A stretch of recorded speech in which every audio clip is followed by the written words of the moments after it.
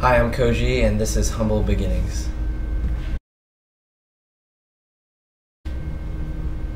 First tape is probably the Stand By Me soundtrack on cassette and The Lion King on cassette.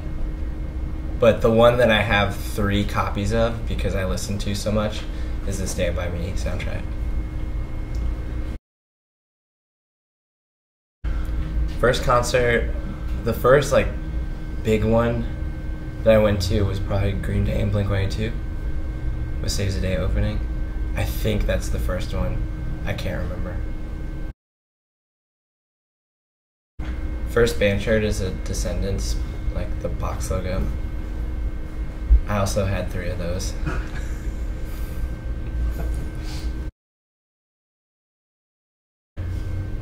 After finding out about Descendants, the next important bands were Fugazi and At the Drive-In, and they didn't let people stage dive at shows, so I never stage dove. But I did dance like a freak because we liked DC bands. That was cool. Funk was cool. I played in a band. I was trying to recall the name. We just had a different band name every week. I think one of the incarnations was maybe 2 Cents, which is so generic. I think we were also called Bigster. And then we had other names. But the big takeaway from the first band is that we had a microphone, or we didn't have a microphone, and then we got one, not realizing you needed a stand. So we had to throw it through the rafters, the cord, and it wouldn't reach our drummer, who was the cool kid. So then we weren't going to let Scott sing, our bass player, so then I had to do it, and that's how I became a singer. The first real show that I played, I booked at 12 years old, maybe 13. I booked a fire hall, and that was it was a Christmas show, and it was the Paxtonia Fire Hall, and we got a bunch of bands together, and I took the door money, and then I paid the bands, and then I paid my parents back for renting out the hall because I was 13. It was sick. I read about how to book shows on Punk News, I think. The first band that I toured with, we were trying to figure out that age-old question of how do we get to shows.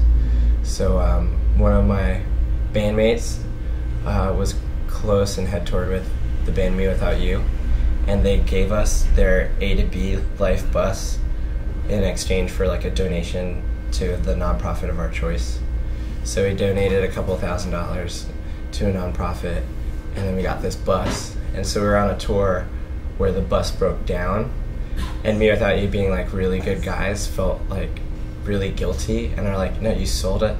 In my mind, I'm they don't have to do anything for us, but they felt so obligated to help us out. So the last show of our tour was in Georgia, and half the band was going to a wedding in Georgia. So they dropped us off. They took us from Pennsylvania in their vegetable oil bus, and they we drove through the night so we could make the last show. And they dropped us off in a Guitar Center parking lot, and then our other friend's band picked us up and drove us to the show. And I don't know why they did this. It makes no sense. We should have just canceled the show. We were super late anyway. But it was super kind of them, and I think that always shaped how I tour now, which is just remembering, for as tired as you might be, you have more to give, and it feels really good to uplift people who want to do the same thing, and I'll never forget that, as well as learning how to play Mafia, which is my favorite game. The Weiss brothers are incredibly good at Mafia.